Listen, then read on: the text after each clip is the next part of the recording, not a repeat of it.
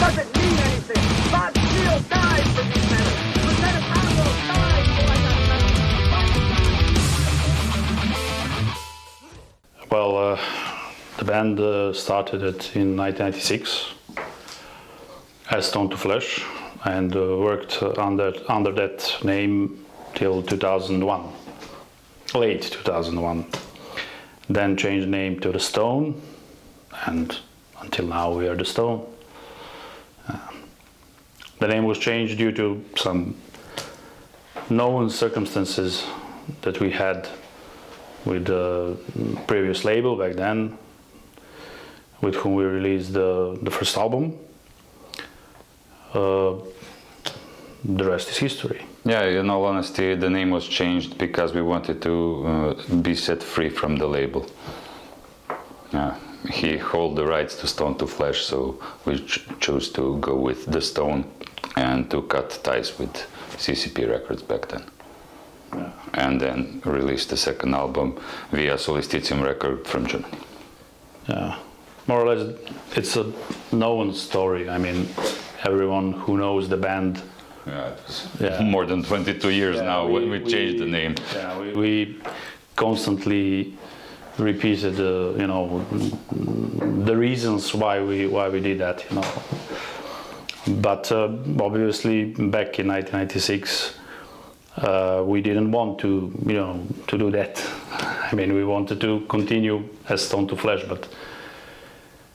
Yeah, I do remember one thing that because when the decision was struck to go with The Stone instead of Stone to Flesh, I remember I was feeling like it's not quite as good as the old name, but now after such a long time, you know, for me it's all natural to The Stone is the name. Yeah. But back then it was like, this was better name maybe, but now for me it's more concrete, it's more down on the point. Yeah. Yeah, and we definitely wanted to keep the, you know, the link to the Stone to Flesh name, you know, so that Stone. Yeah, it was the natural thing, yeah, but you can cut it down to. That's the product. Yeah. The Stone. So yeah, that's the whole story.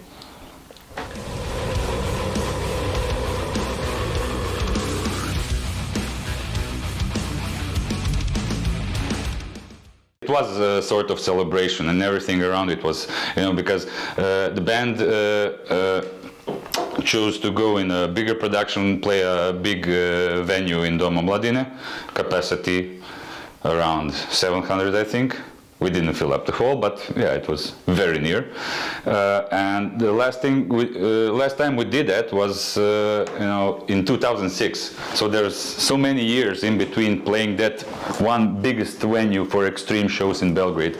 And now it was sort of a homecoming because we already did it once, but now it was the right time to do it because we had a new album, Kosturnice, or Shuris, which we didn't get to promote live because of Corona and blah, blah, blah, everything else, live in Belgrade.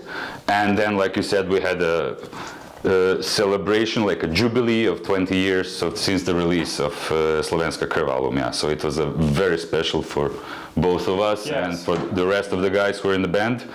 And, you know, it was a rewarding experience when you get up on that stage and you see so many people, you know, turn out, and people from all over Yugoslavia, from Slovenia. You attended the show, friends from Bosnia, from Croatia, blah blah blah. Hungary. From Hungary, yeah. Our great friend from Hungary came without telling us, you know, just to surprise us. And that aside, even, you know, just playing that. Very, very special album in the Stones discography, you know, in its entirety for the very first time. I mean, some of the songs were not played since the album was released. 1 or 2, 3 songs were never played live. So yeah, it was very special.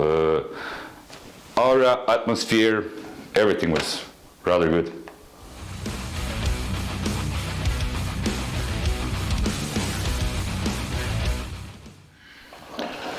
Well, it's hard to describe, you know, there are too many albums, 9 albums in a row. Well, you mentioned Slovenska Krv, so it's hard to for example, compare Slovenska Krv to the latest Kosturnice. there is a big time difference between those two, and speaking of production, speaking of songwriting, lyric writing, and everything that stands for both albums. But I think we have all albums somehow differ in between. We never repeat any known formula how to make a new album.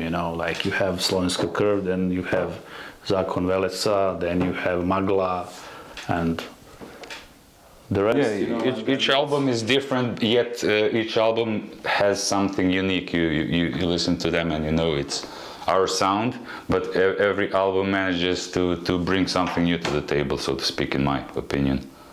Yes. We always try to bring something different, something challenging for us. Yeah, but it's not like a formula, so to speak. It's more like formula, but when you start creating music, songwriting process, and when later on when the lyrics start to come down, it's about the inspiration. It's not okay, let's do it like this or like that. It's just whatever it takes you. It's like setting on a not a journey, but like sort of finding what the new album or new material will be all about. It's more of experimenting and finding what works and whatnot. So but also that spontaneous exactly way. That's the most important, I think, in when you write music. The agreements will be signed and the war will end because the other side was brought to their knees. A heavy topic for us. I mean, since the beginning, I think we changed like 10 drummers or something. maybe I overcounted.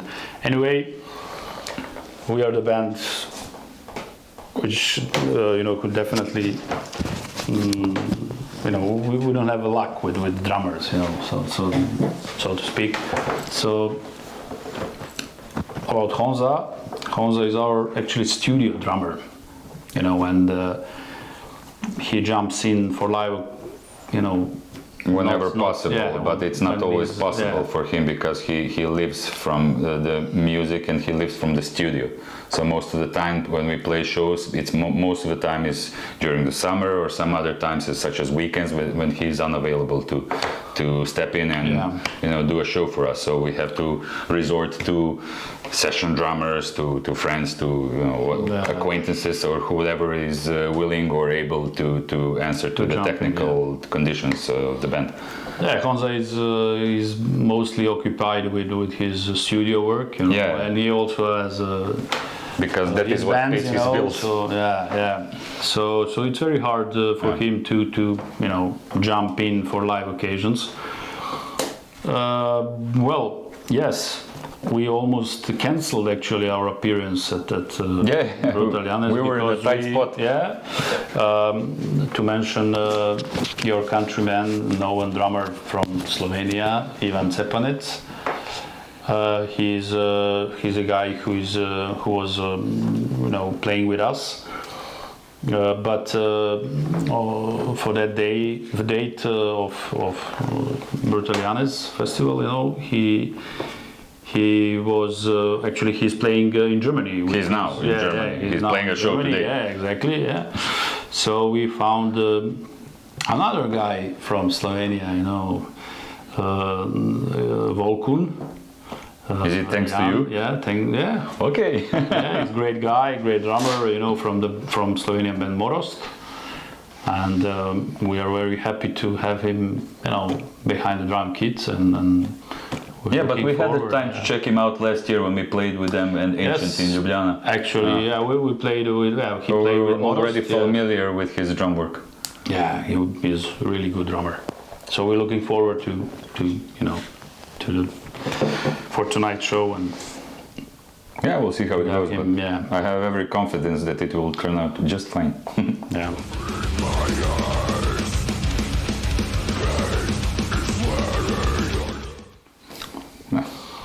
Well, how to answer that. Well, it's hard to answer. Yeah. If you don't continue, then who are you? I mean, I cannot say we're musicians per se. We are musicians, of course, but we don't live off music. It's our passion. It's what drives us forward.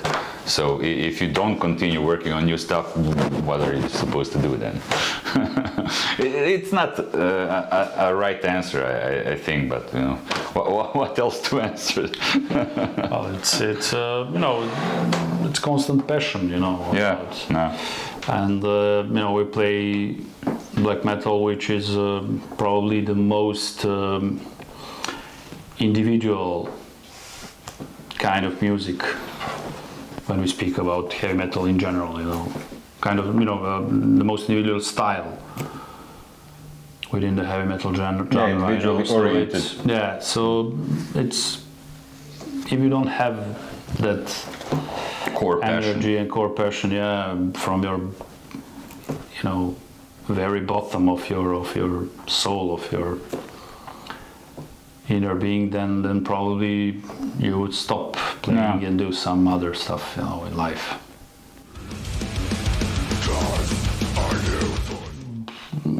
Actually, the title song is probably one of my favorite from that album, but actually also the second one, Kamenjen, which has a completely different approach to almost every song we ever did, you know.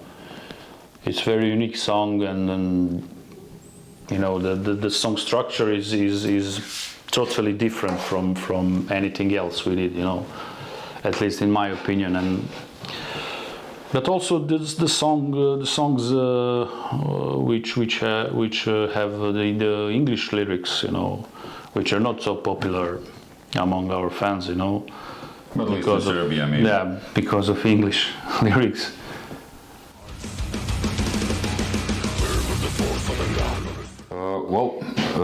Title song for me too. But you know, like every time we record some new material, as you listen to it while it is still fresh, I always shift. So, you know, first few weeks it will be one song, and then after I will catch on to another. Oh, this one is maybe better, or you will have favorites, of course. At the moment, I would have to say title track Kosturnica, which means Ossuris, and maybe the last one of the album, Jebeš pero dodaj mač. What would be translation for that in English? Well, it's hard. Fuck the quill, pass on the sword. Something like that. Loosely translated. Yeah, the closer of the album would be my favorite at the moment. Yeah. But it's hard. In general, it's really hard your baby. to pick the favorite songs, you know. Which your child you prefer? Yeah. Well, just kidding, man. Yeah, title one and the last one for me at the moment.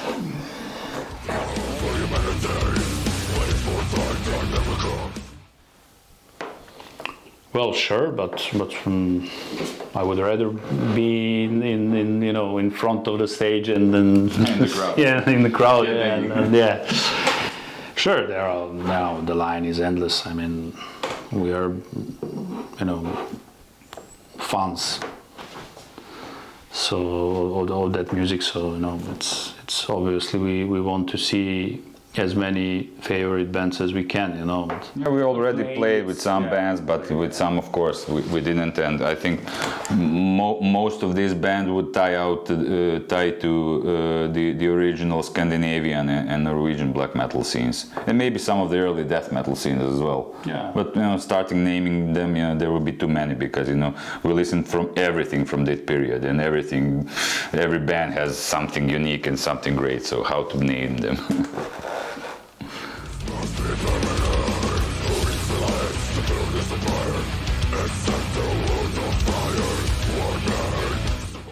Maybe more than in our home country. Yeah, we talked about it, you know, today. Before this interview today.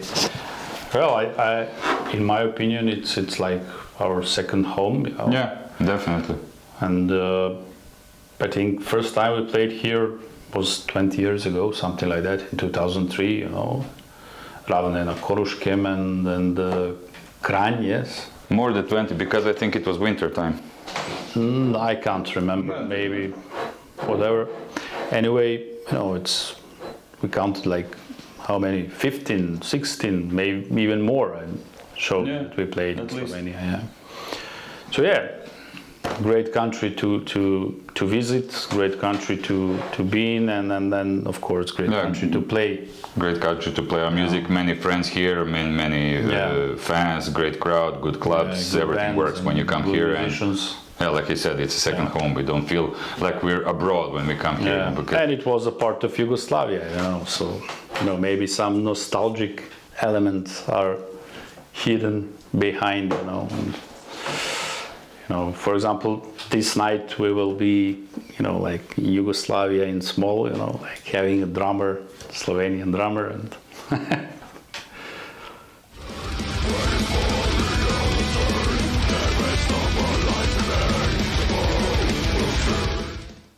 Okay. That was good. I mean, Satisfyingly, or had some smaller problems with sound like that, stuff like that, but nothing. Well, the guys who organized, concern, everything went down really good, especially with all the drama in their media. If you're aware what was happening at the time, about the local Catholics trying to shut down the festival. It was funny, but organization-wise, everything was very good, and we will be happy to return.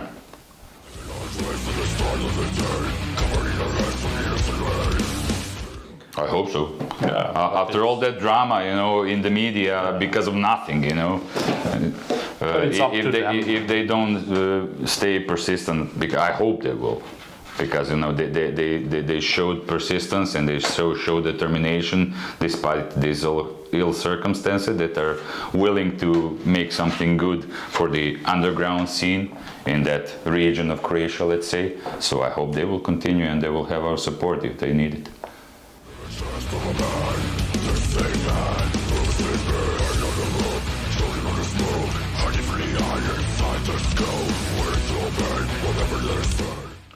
Well, basically, we found ourselves dwelling a lot on Folter Records, like 10 years or something, and then simply we wanted to make a change. There was no bad blood between us, We simply wanted to... We just needed a breath of fresh air. Yeah, exactly. Try to do something else. And actually, we got several offers to sign with the other labels, but we decided to try with our own company, So we released the Teatr Absurda via Misanthropean Records. And then after that we released the Kruna Praha EP, as well on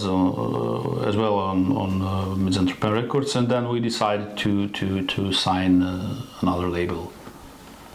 For the 9th album. The logistic of it all was just getting to be too demanding, because we all have full-time jobs, and we wanted to focus more on the musicianship and to make new music and to play shows rather than to figure out the distribution settings and it's hard task.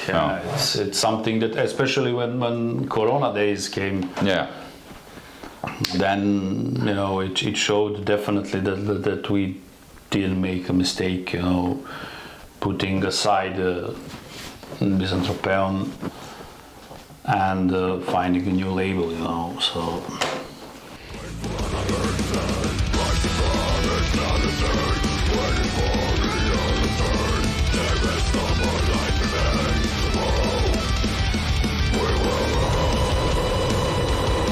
I don't think so, in all honesty. And it's hard to say, we are getting new offers, so we will see,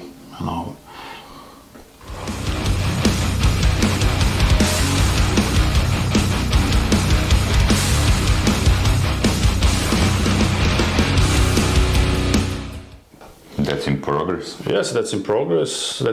And actually, we are expecting the releasing until the end of this year, I think. Yeah.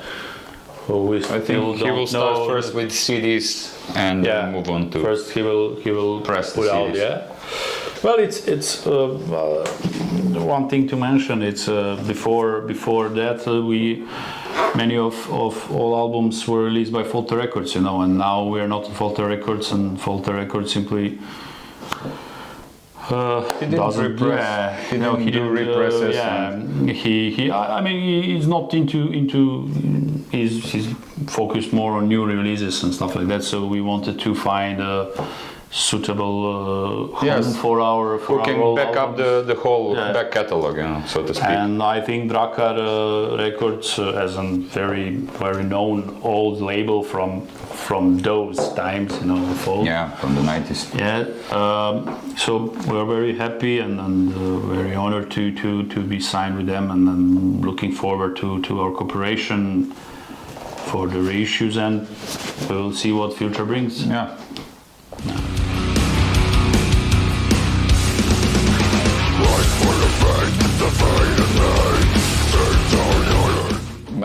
We don't know for sure yet. I think it's most likely they will be going for the full-length album, but we did also consider maybe to do an EP before that. So we're not too sure before at this moment for where we will go next.